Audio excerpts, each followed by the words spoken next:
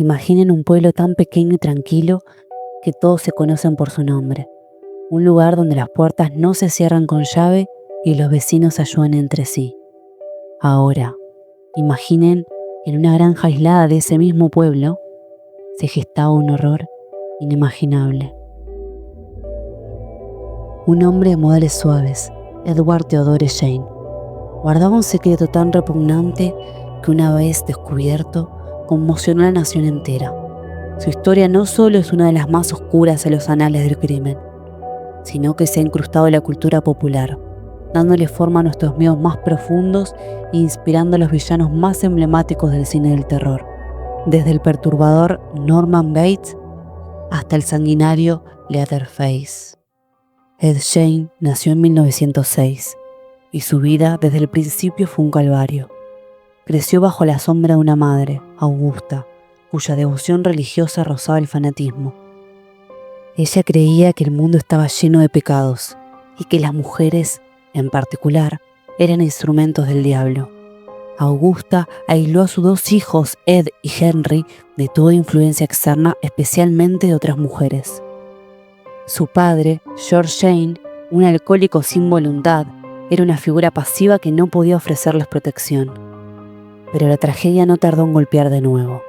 En 1944, Henry murió en un incendio en circunstancias sospechosas. Aunque la muerte se atribuyó a la asfixia por humo, muchos se preguntaron si Ed había tenido algo que ver. No había pruebas y el asunto quedó olvidado. Con la muerte de su hermano, Ed se quedó solo con su madre. La codependencia se hizo total y cuando Augusta falleció en 1945, Ed quedó completamente a la deriva, sin la única brújula que, por perversa que fuera, era la única que había conocido en su vida. Fue en ese vacío que su locura comenzó a florecer. Nadie sospechaba la abominación que se cocinaba dentro de su casa. Hacia finales de la década de 1940, la obsesión de Shane por su madre lo llevó a una nueva y macabra fase. Comenzó a visitar cementerios locales para exhumar los cuerpos de mujeres de mediana edad que en su mente perturbadora se parecían a su madre. Se ha documentado que profanó al menos 10 tumbas diferentes a lo largo de los años. No se contentaba con la exhumación. Utilizaba parte de los cadáveres para crear una colección de recuerdos grotescos. Su casa no era solo un hogar, era un santuario de la muerte. La policía, en el momento del arresto, documentó hallazgos espeluznantes. Una silla tapizada con piel humana, cuencos hechos de cráneos, un cinturón de pezones y, lo más notorio, un traje de piel femenina que, según él, lo ayudaría a meterse en la piel de su madre. La granja de Ed Shane era literalmente un museo del horror hecho de carne y hueso. Aunque sus actos de profanación fueron numerosos, solo se le atribuyeron 2 asesinatos directos. La primera víctima fue Mary Hogan, propietaria de una taberna, desaparecida en 1954. Su cuerpo nunca se encontró, pero Shane admitió haberla matado. El segundo, y el que finalmente lo desenmascaró, fue el de Bernice Warden, en 1957. Bernice era la propietaria de la ferretería local.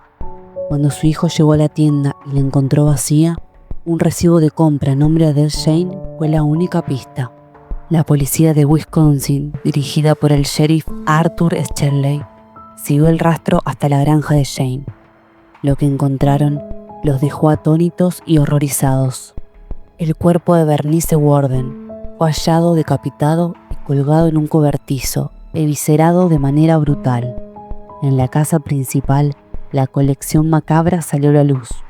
Shane fue arrestado y confesó no solo los asesinatos, sino la profanación de las tumbas, con una inquietante calma que demostraba la profundidad de su psicosis. Ed Shane fue declarado mentalmente incompetente para ser juzgado en 1958. Se le diagnosticó esquizofrenia y se determinó que no podía distinguir la realidad de sus fantasías. Por lo tanto, no fue enviado a prisión, sino a un hospital psiquiátrico de máxima seguridad, donde pasaría el resto de su vida. Murió de cáncer en 1984, a la edad de 77 años. A pesar de su aislamiento, su figura se convirtió en una leyenda. Hollywood se apresuró a capitalizar el horror de su historia. Alfred Hitchcock tomó la idea de la relación enfermiza con la madre para crear a Norman Bates en Psicosis, en 1960. Más tarde, el director Tobe Hooper se inspiró directamente en La Casa de los Horrores y en La Máscara de Piel Humana para su brutal Leatherface en La Masacre de Texas, en 1974. Y años después, Buffalo Bill, del Silencio de los Inocentes, en 1991, con su obsesión por fabricar un traje de mujer, se convirtió en un escalofriante eco en las acciones de Jane.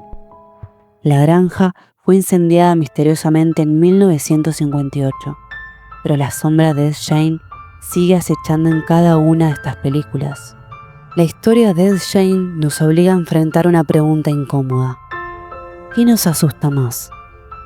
¿La maldad de un asesino en serie que mata por deporte o la locura silenciosa y solitaria de un hombre que en su retorcida mente solo quería honrar a su madre?